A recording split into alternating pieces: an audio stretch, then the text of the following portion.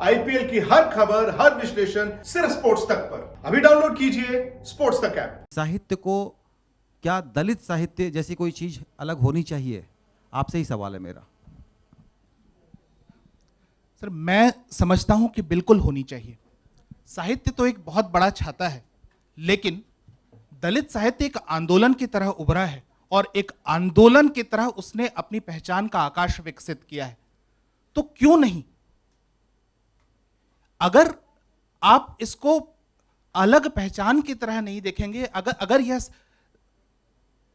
मैं हमेशा इस प्रश्न से दो चार होता हूं कि आदिवासी साहित्य अलग क्यों, दलित साहित्य अलग क्यों, स्त्री साहित्य अलग क्यों, प्रवासी साहित्य अलग क्यों।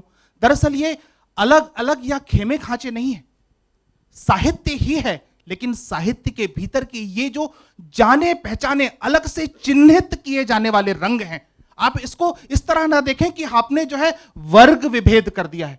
ये चिन्हित किए जाने वाले रंग हैं और इन रंगों से जो पहचान सामने आई है, आप दलित साहित्यकारों को, मैं बार बार ये प्रश्न उठता है कि साहब, दलित जब अपने लिए अपनी आवाज को बुलंद करके लिख रहे हैं, तो क्या वही दलित साहित्य है? या वे लोग जो दलित नहीं हैं वे भी दलित साहित्य लिख रहे हैं, तो क्या वह भी दलित साहित्य है? मैं ज्यादातर उन साहित्यकारों से सहमत होता हूं जो ये कहते हैं कि हम दलित हैं, हमारी वेदनाएं सामने हम खुद लेकर के आ रहे हैं, इसलिए इस साहित्य मतलब हमारा हक बनता है कि हम अपनी वस्तु स्थिति को, अपने दर्द को, अपनी पीड़ा को बेहतर तरीके से अभिव्यक्त कर सकते हैं। आप तो एक प्रेक्षक हैं, आपकी अपनी संवेदनाएं हो सकती हैं, इसलिए यह बिल्कुल अलग चिन्हित और मार्के का साहित्य है।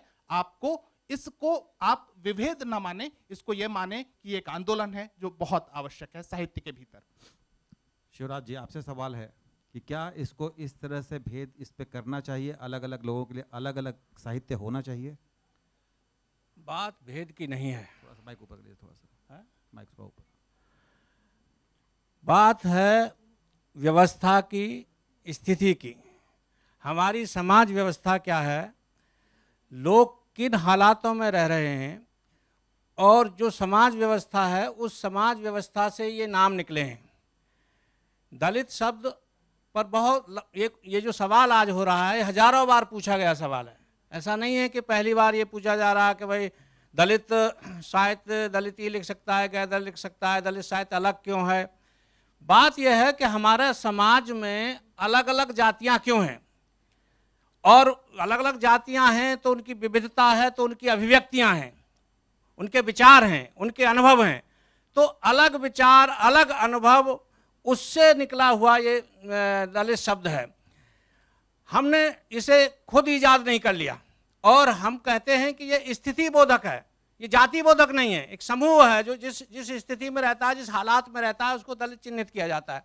आप देखिए, बाबा साहब अम्बेडकर ने बहिष्कृत भारत नाम दिया, और बहिष्कृत, ये दलित कोई छोटा मोटा नहीं, एक पूरा भारत है, जिसे कभी बहिष्कृत भारत कहा गया, अस्पृश्य भारत कहा गया।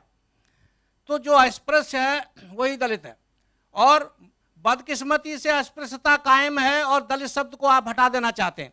पिछले दिनों दलित शब्द को हटाने की बहुत सारी बातें हुई, आपने देखा होगा, अखबारों में भी और चैनलों से भी कहा गया कि ये दलित शब्द हटना चाहिए। तो दलित की स्थिति बदलनी चाहिए। हम कौन अपने को अछूत पसंद करेगा, लेकिन जब वो अछूत की स्थिति में है तो अछूत ही कहेगा। उसी तरह से हम दलित की स्थिति में, हमारा भारत एक व्यक्ति की बात नहीं है, ये 24-25 करोड़ लोग हैं जो उपेक्षित हैं, जो न्याय से वंचित हैं, सामाजिक न्याय से वंचित हैं। उनकी अभिव्यक्ति जिस साहित्य में आ रही है वो दलित साहित्य है।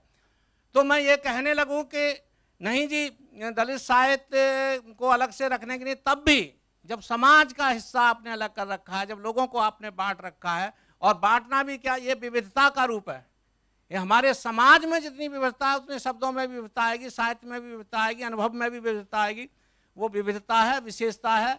और जब समता की स्थिति पैदा हो जाएगी तो अपने आप ही ये शब्द अपनी महत्ता खो देगा, इसकी आवश्यकता नहीं रहेगी, समता मूलक कोई और शब्द ईजाद हो जाएगा।